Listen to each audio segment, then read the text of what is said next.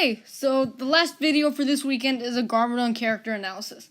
I know Garmadon is a character from Ninjago's past, and I only typically do character analyses for new characters, but Garmadon has changed a lot since we've last seen him. So I'm going to be doing a character analysis on the new Garmadon. So without further ado, let's get started. So first I'm going to talk about his physical appearance. Obviously his physical appearance is different, and it's based off of the movie. We knew it would be like this, mainly because of the Temple of Resurrection set. So his face is more or less the same. His mouth is a little different. It feels a little bigger to me. You know, his helmet obviously looks just like the movie variant. It's more loose, and it also has a thing sticking up. As for his physical appearance, it's also forearms are back, except the design is a little bit different. The armor is black instead, and he does have the exposed rib with the purple goo coming out. Of course, that is a result of the resurrection not being complete, so he does look kind of like a zombie. But anyway, his physical appearance isn't too different. Next, I'm going to talk about his voice.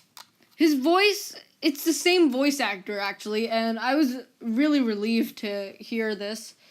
However, that does not draw from the fact that his voice does sound different, and noticeably different, too. To start, it's deeper, and it's more gravelly, too. The main thing is that it's a lot deeper, and he doesn't sound exactly like he did before. He sounds also more confused, too, especially when Harumi's telling him about unlocking his true potential. He's like, tell me, and he has no idea what's going on. Also, a little monotone, not really, though. Just kind of, especially when he was talking to Harumi, it was like that. But yes, his voice has changed, and it's for the better, I think. Because remember, he's like a zombie now. It also sounds more zombified, his voice. Like, it kind of drags on. I do like his new voice. Of course, I love his old voice more, but it's the same voice actor, and this is more appropriate for his voice.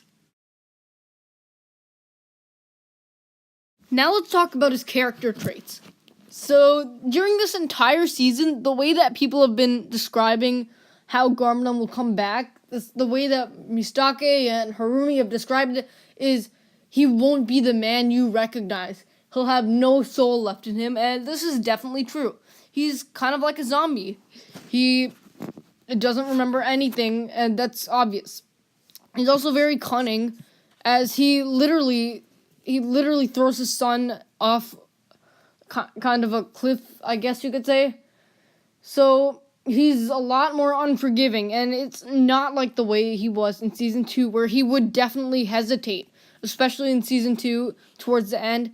He was pretty hesitant, and the Overlord didn't like that in him. Yeah, that's all gone.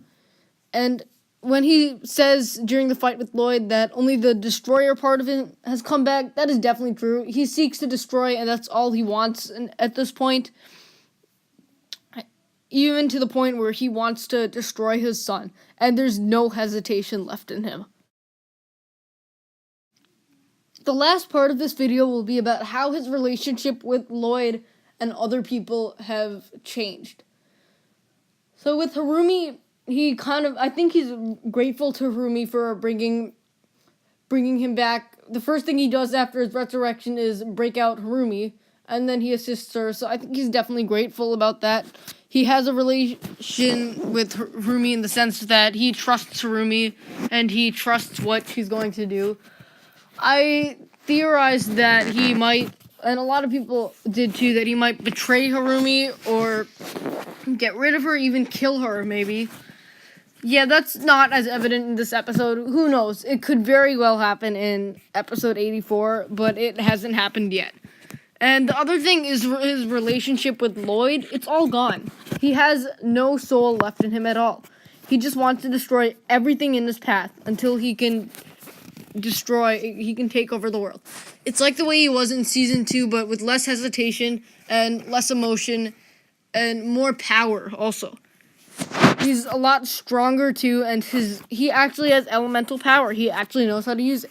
Now we know he's been the master of destruction all this time, but we've never seen him use his power once, unless you count the Overlord possessing him.